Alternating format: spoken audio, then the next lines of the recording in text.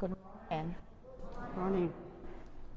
My name is Roxanne Voglezon, and I was born in Guyana, South America.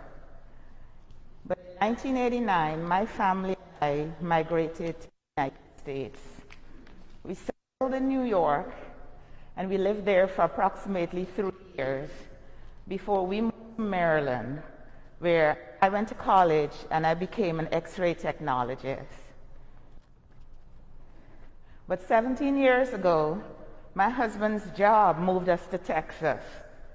I came reluctantly. I promised him, my sister, and all my family who would listen, I would not stay in Texas for more than 4 years. But 17 years later, I'm here, I'm loving it.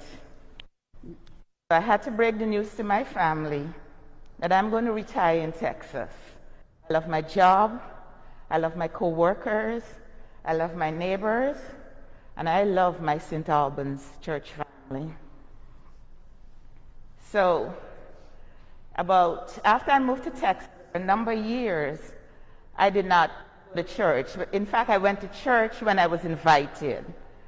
But about 10 or approximately 9 years ago, I had a longing to get back to my Anglican roots. My dad was Anglican. I was christened in the Anglican church at about 12 weeks old.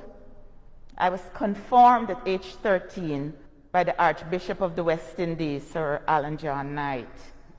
My son, Jermaine, was christened at 8 weeks old at a midnight mass, Christmas Eve. So you understand, I say, I'm a cradle Episcopalian. I Googled several names of churches, but then one Saturday night, I looked and there was St. Albans, and I think it was St. David, but St. Albans was nearer to me. And so I ended up here that Sunday morning. And I remember I walked in, and Margaret, who was director at that time, was already speaking. So you know I was late. I remember I stared at her and she winked at me.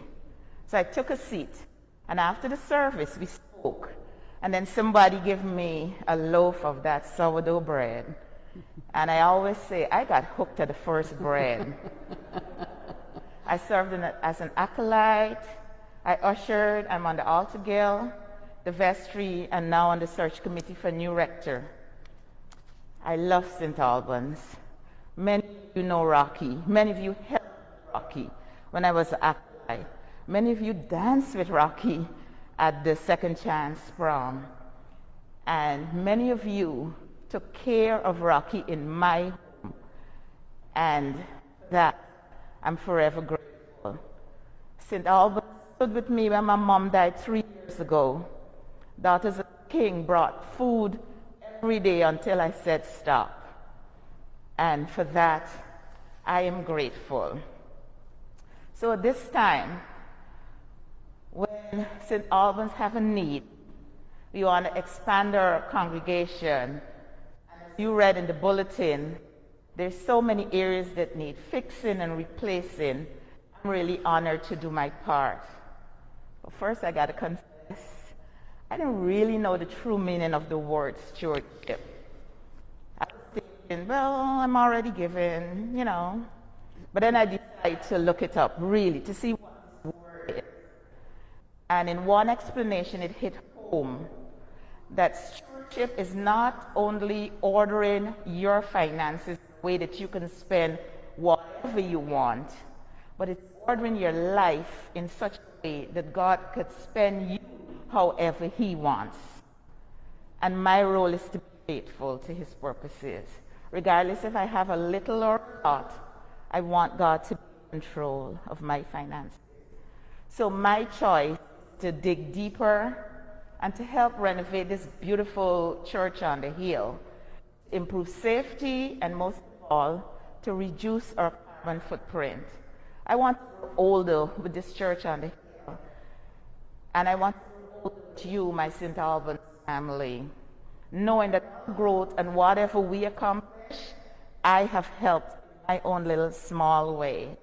And so I'm asking you to reach deeper, to pray harder, and let's do the same, because we can do it together. Thank you.